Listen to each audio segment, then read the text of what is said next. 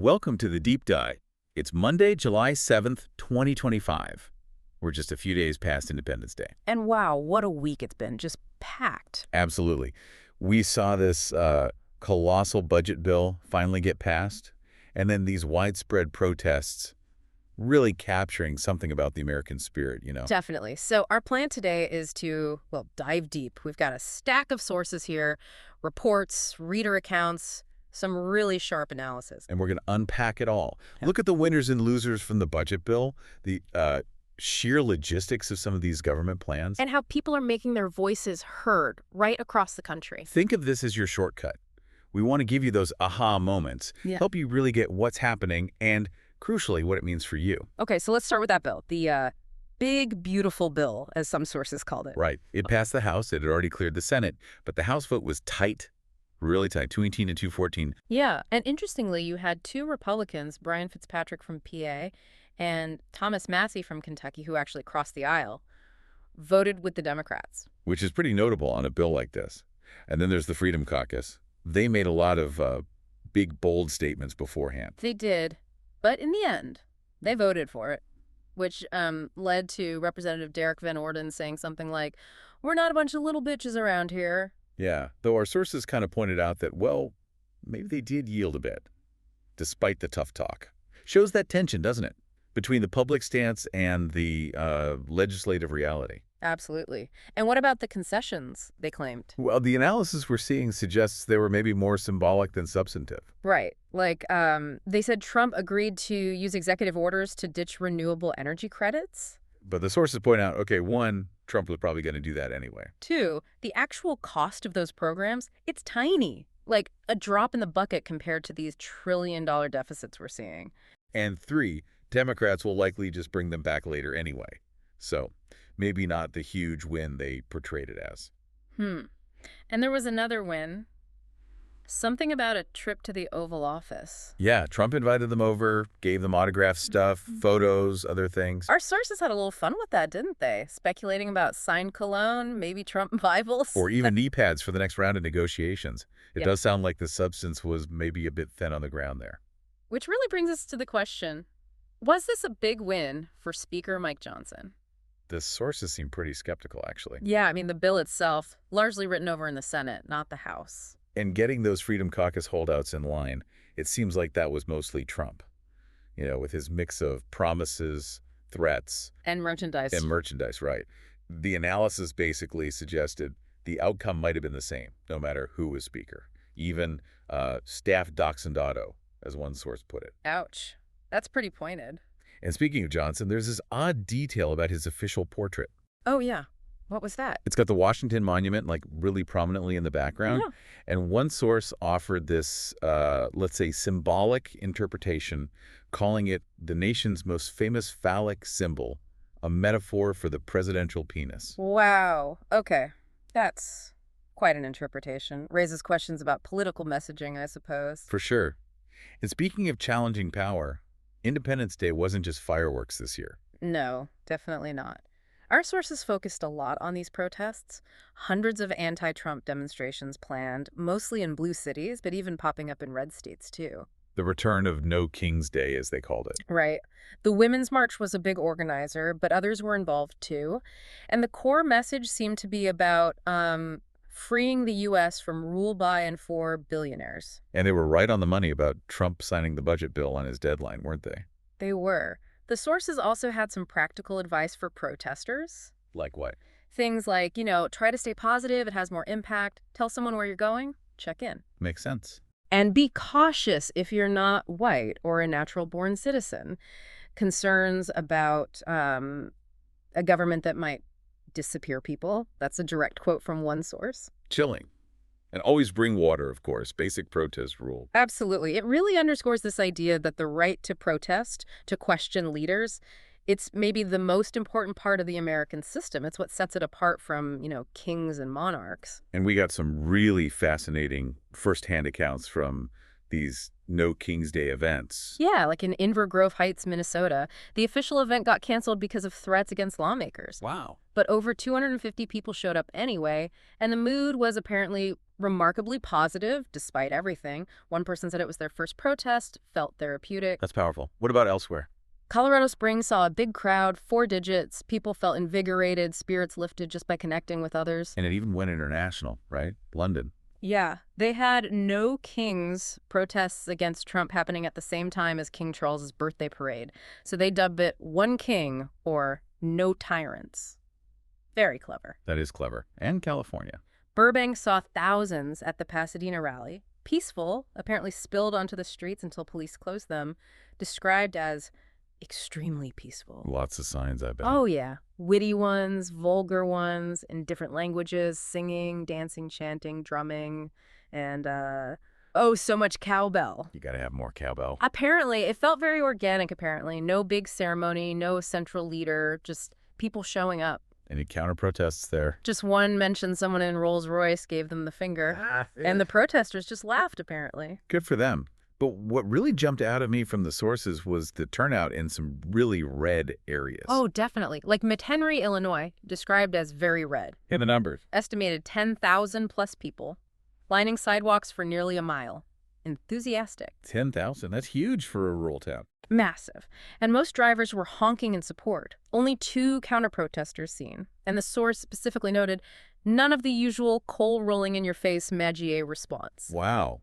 They called it a sea change in attitude. Yeah. That really is surprising. It is. But there were also some complexities noted in Alameda, California, for instance. What happened there? Huge protest, largest one attendee had seen. But they worried about mission creep. Seeing Palestinian flags, hearing chants like from the river to the sea. The attendee argued for keeping the focus strictly on pro-democracy in America. To build a broader coalition. Exactly. To include those never Trump, former Republicans who might be new to protesting and might not agree on Middle East politics. It's a real strategic challenge for movements like this. Yeah, that's a tough needle to thread, keeping focus versus inclusivity. Definitely. And just a couple more rural examples. Dalyville, Wisconsin, Republican area, small town. About 500 people rallied peacefully. Again, huge majority of passersby supportive. Another surprising shift. And Springfield, Missouri, deep red, Queen City of the Ozarks, strong turnout, around 2,000. Lots of non-college students, too, which was seen as impressive. Gave people hope during, as one person put it, a scary time to be alive. These stories really paint a picture, don't they? Beyond the national headlines. They really do. And they kind of set the stage for the political fallout after the bill actually passed. Right, starting with House Minority Leader Hakeem Jeffries. Yeah, he used his magic minute, that unlimited speaking time leaders get to protest the bill. And he didn't just speak for a minute, did he? No.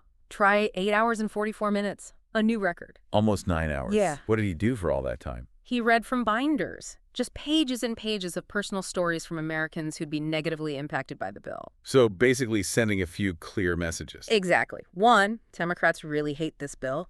2, they're upset about the harm it's going to cause. And 3, with the other party holding the White House, House and Senate, the trifecta, there wasn't much else they could actually do to stop it. It was a protest, pure and simple.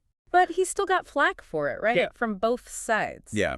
Republicans, including Speaker Johnson, called it empty grandstanding. Although the sources pointed out the irony there. The record Jeffries broke. It was held by Kevin McCarthy, the former Republican minority leader. Bit of hypocrisy there, perhaps. But even some Democrats complained. Apparently so, particularly some whose holiday travel plans got messed up by the long session. Which our sources saw as a pretty bad look, suggesting maybe they cared more about beer and hot dogs than fighting for the people they represent. Yeah, optics weren't great there. So the bill's passed, it's signed, now comes the spin war. And Team Trump is already on it. Right. The Social Security Administration sent out this pre-written email blast. What did it say? Claimed the bill gives long-awaited tax relief to millions of older Americans. Said nearly 90% of Social Security beneficiaries will no longer pay federal income taxes on their benefits. Nearly 90% sounds huge, but our sources are skeptical. Yeah. They call it pretty aggressive spin, pointing out, well, first, a big chunk of seniors already don't pay taxes on their benefits. Okay. Second, the real percentage who benefit will be much smaller than 90%. Third, the break gets harder to claim in later years. And fourth, it completely disappears in January 2029. Which just happens to when Trump leaves office. Funny how that works out. So what's the Democrats' plan? They'll blast the bill in the media, for sure, but they're also looking ahead to the 2026 elections. So they'll keep at least some of their powder dry, as one source put it, save some ammo for later. And communication. That's always a challenge, isn't it? Generally, yeah. The sources suggest Democrats aren't always as good as Republicans at getting their message across. But maybe they have an easier job this time. Could be. The bill's already unpopular, and Republicans, well, they seem more prone to foot and mouth disease. We've already seen examples, haven't we? Yeah. Trump at a rally used that Shylock slur, known anti-Semitic term, deleted it later after pushback. He also uses globalist a lot. And that comment from Representative Troy Nails. Right, the Republican from Texas asked about 11 million people potentially losing health care under the bill. Nice. It doesn't matter because those are just some Americans that aren't Americans, and that is the illegals. Wow, that's harsh. Pretty mean-spirited notion, is how one source put it. And they raised the question, how do these politicians square these kinds of comments and supporting a bill that hits the poor and helps the rich with their professed Christian values? A fair question. Okay, so let's dig into that. Who does win with this bill? And why should you, listening right now, care? All right, let's break it down. First up, big winners, according to our sources, multimillionaires. How so? They get to pass on way more wealth. The estate tax exemption jumps up $15 million for individuals, $30 million for couples, plus those 2017 Trump income tax cuts. They're now permanent, and they mostly benefit higher earners. Okay, who else? Residents of high-tax states. Think New York, California, New Jersey. The limit on deducting state and local taxes, the SALT deduction, goes up to $40,000 a year for 5 years. That's a big jump from the current $10,000 cap. Huge relief for them, though it does phase out for higher incomes over 500Ks and snaps back to $10K later. Got it. What about businesses? Small business owners do well. That 2017 rule letting pass-through businesses deduct up to 20% of their income, made permanent. And private equity keeps its controversial carried interest tax break, plus an expanded break for interest expenses. Any specific industry is getting a boost. Quite a few. Domestic car dealers get a tax deduction on loan interest for U.S.-made cars. Manufacturers get things like bonus depreciation back for upgrades and a permanent R&D tax break. And energy. Fossil fuel producers get tax breaks and more federal land open for drilling. Meanwhile, breaks for clean energy get phased out. Big shift there. Okay, what about individuals, like regular taxpayers? There are some things. Taxpayers 65 and older get a larger standard deduction, and tips and overtime pay become exempt from income tax. That sounds good for servers and hourly workers. It does, but our sources add some caveats. Only about 2.5% of workers are actually in tipped jobs. Many already pay no federal income tax. And apparently there are many hoops to jump through to actually benefit from this new rule, so maybe not as big a deal in practice. Okay. Anything else for individuals? Parents see the child tax credit go up by $200 to $2,200 starting next year, and it gets indexed to inflation permanently. And there are these new Trump accounts for babies born 2025 to 2028 seeded with $1,000 from the government. Interesting. What about big corporations? Telecommunications could benefit big time. The bill options off a huge amount of radio spectrum for wireless broadband. Think Starlink, 5G, 6G networks. And generally, corporations dodged a lot of proposed tax hikes. And defense contractors. Oh, yeah. A $150 billion boost to defense spending, a lot for new weapons systems. And space gets nearly $10 billion for Moon Mars projects and decommissioning the ISS. It sounds like there are also some very specific targeted breaks in there. Definitely. Our sources called them targeted goodies, basically suggesting they were tucked in to buy specific votes or reward donors. Like what? Give us some examples. Okay, how about a massive deduction for business meals, but only for Alaskan fishing boats north of the 50th parallel? Very specific. Or permission for Alaskan whaling captains to buy weapons because of Russian pirates. A carve-out from the minimum tax for oil and gas, reportedly for Senator Lankford. A $2 billion tax break for the rum industry linked to Senator Cassidy. Rum, okay. A $1 billion provision letting spaceports sell tax-exempt bonds. One source called it a wedding present to Jeff Bezos and a severance package to Elon Musk.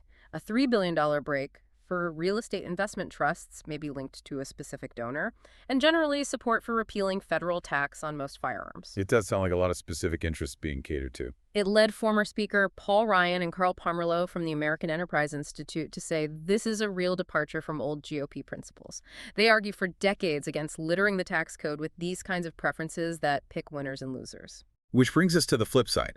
If those are the winners, who are the losers in this bill? Well, according to the analysis, low-income Americans face significant cuts, primarily to Medicaid, health coverage, and food stamps, SNP. How significant? A Yale Budget Lab analysis estimates this bill will cost the bottom 20% of taxpayers about $560 a year on average. Ouch.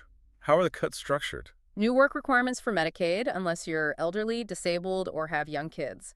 Co-pays for people on ACA plans. For food stamps, SNP work requirements are expanded up to age 65. And starting in 2028, states have to chip in for food benefit costs, which are fully federal now. Okay, who else is negatively impacted? Renewable energy industries, definitely. Solar and wind tax credits phase out fast. Energy efficiency home improvement credits disappear by year-end. What about tech? Actually, a bit of a win for tech critics. A controversial plan to stop states from regulating AI.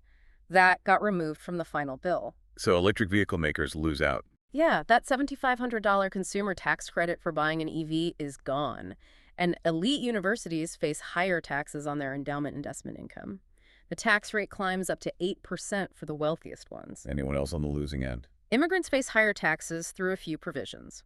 There's a new 1% tax on remittances, money sent back home, and restricted access to health coverage tax credits for asylum seekers or those with TPS.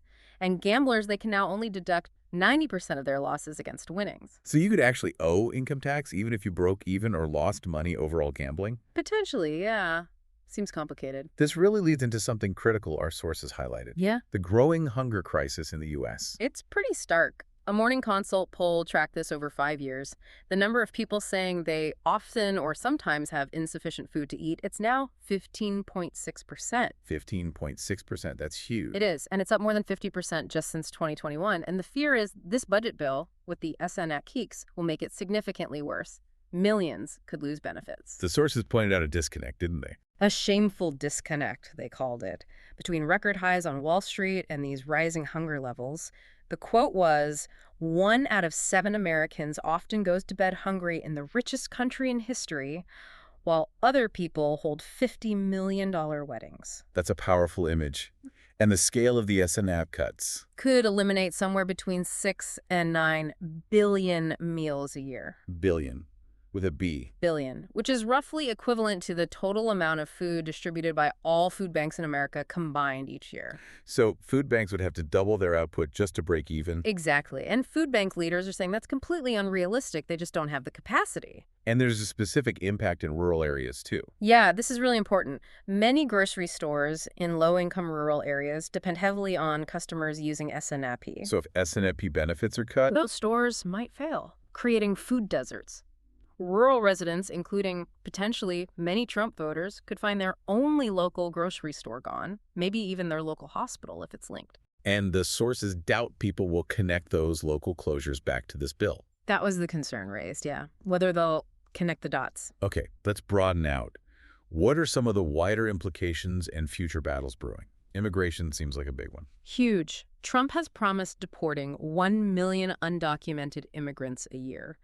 And the bill appropriates $170 billion for border and immigration enforcement. 1 million a year. Is that even possible? It's incredibly difficult. There's historical precedent. Eisenhower's Operation Wetback in '54 deported about 1.1 million Mexicans. But the sources draw a contrast between Eisenhower, the logistical strategist, and Suggesting the execution would be challenging, to put it mildly. what are the main hurdles? Massive logistical ones. First, hiring and training at least 10,000 new immigration workers. Hard to do, and there are easier jobs out there. Second, setting up dozens, maybe hundreds, of new detention facilities. That means permits, maybe using eminent domain, which leads to lawsuits, building infrastructure, roads, power, water, sewage, especially if they're on remote federal land like in the desert. Sounds incredibly complex. Former enacting ICE directors quoted basically said it's Way harder than it sounds. Then you need to expand the courts, hire tons more immigration judges. The current 700 judges already have a backlog of 3.5 million cases. 3.5 million, wow. And just finding undocumented workers will be tough. They'll be wary. Plus, raiding businesses that hire them, like meatpacking plants, that could anger some very large and powerful corporations. Right, okay. Shifting gears slightly, global trade and tariffs. What's the plan there? Trump wants 200 separate bilateral trade deals. So far, only signed 2 full ones, UK and Vietnam, plus a mini deal with China. And the Treasury Secretary, Scott Bessent, made some threats. Yeah. Warned countries that if they don't have a deal by August 1st, they'll face astronomical tariffs. Those tariffs have been paused for 90 days. Now, Bessent claimed foreign countries pay these tariffs. Which our sources say is just flat out wrong. Tariffs are paid by U.S. importers when goods enter the country, and that cost gets passed on to U.S. businesses or ultimately to you, the consumer, as higher prices. So we pay the tariffs, not the other countries. Pretty much, yeah. And China has huge leverage here. They're the main source for rare earth elements, tons of products, if trade stops. Factories close here, unemployment, GDP crashes. That's the potential risk, yeah. A risk the sources suggest Trump maybe doesn't fully grasp. And Bessent also made that comment about poor people and SNFE forms. Right. Said Democrats think poor people are stupid for struggling with the forms. But the sources countered that. Yeah, pointing out that government forms are often designed to be difficult. Tiny errors like leaving a box blank instead of writing not applicable can lead to rejection. It's not about intelligence, it's about navigating bureaucracy. Okay, another topic popping up in our sources. The return of the COVID culture wars. It seems like it. Dr. Amy Acton, who was Ohio's health director early in the pandemic. I remember her. She got a lot of attention. She did. Both positive, lauded by public health folks. Even the New York Times called her the leader we wish we all had. Had a huge Facebook fan club. But also negative, right? Yeah. Especially from the right. Hugely. Almost as reviled in Ohio as Fauci was nationally. Because of the lockdowns, mask mandates, gathering bans, our sources note some right-wing groups literally believe the pandemic was caused by God to punish America, not a virus. Wow. So Acton faced intense pushback, death threats, some anti-Semitic ones too. She resigned in June 2020 under political pressure. The Republican governor, Mike DeWine, consistently defended her personally. And now she's running for governor as a Democrat. Yep. And it looks like both sides are gearing up to basically relitigate the whole pandemic response. A likely opponent. The Vivek Ramaswamy, described as Trumpy as they come. He'll likely argue, medical science is bad, government shouldn't restrict freedom even if millions die. And her campaign. We'll try to frame it as a choice between science and, the sources quote someone framing the opposition as the spawn of the devil. So, yeah, culture war footing. Definitely sounds like it. Okay, slightly different tack. Democrats recruiting veterans. Yeah, actively trying to get veterans, especially combat vets, to run for House seats. Why? What's the strategy? To counter that old perception that Democrats are weak on national security, the thinking is a candidate's military service can kind of neutralize attacks from opponents, especially if the opponent didn't serve. Makes sense. Who's leading this effort? Representative Jason Crow, Democrat from Colorado, former Army Ranger himself. He thinks veterans can appeal even to voters normally hostile to Democrats, including other veterans who leaned heavily Trump in 2024. Any examples of recruits? Former Navy pilot Rebecca Bennett in New Jersey, Kate Conley, 6 overseas deployments running in New York. And they're encouraged by recent successes, veterans winning Senate races like Gallego and Slotkin, or running for governor like Spanberger and Sherrill. Interesting strategy. We'll see how it plays out. And finally, just a quick note on Elon Musk. Right. He apparently just formed a new political party called the America Party. The America Party. Yeah. Hey, something to keep an eye on, I guess. TBD on whether that goes anywhere. All right. So let's try to wrap this up. We've covered a lot of ground today. We really have, from the nitty-gritty of this huge budget bill to the really powerful force of those grassroots protests across the country. Looking at the complex logistics of government policy, like immigration enforcement. And diving into these deep divisions in the culture wars, like we just saw with COVID. And throughout it all, seeing how decisions made in Washington really do filter down, affecting daily life for millions. Food security, health care, taxes. It's all connected. And as we dug through these sources, one thing really stood out, didn't it?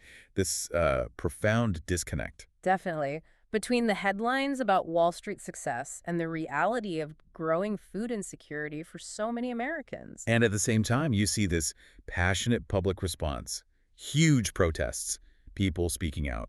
Which leaves us with a final thought, maybe something for you to chew on.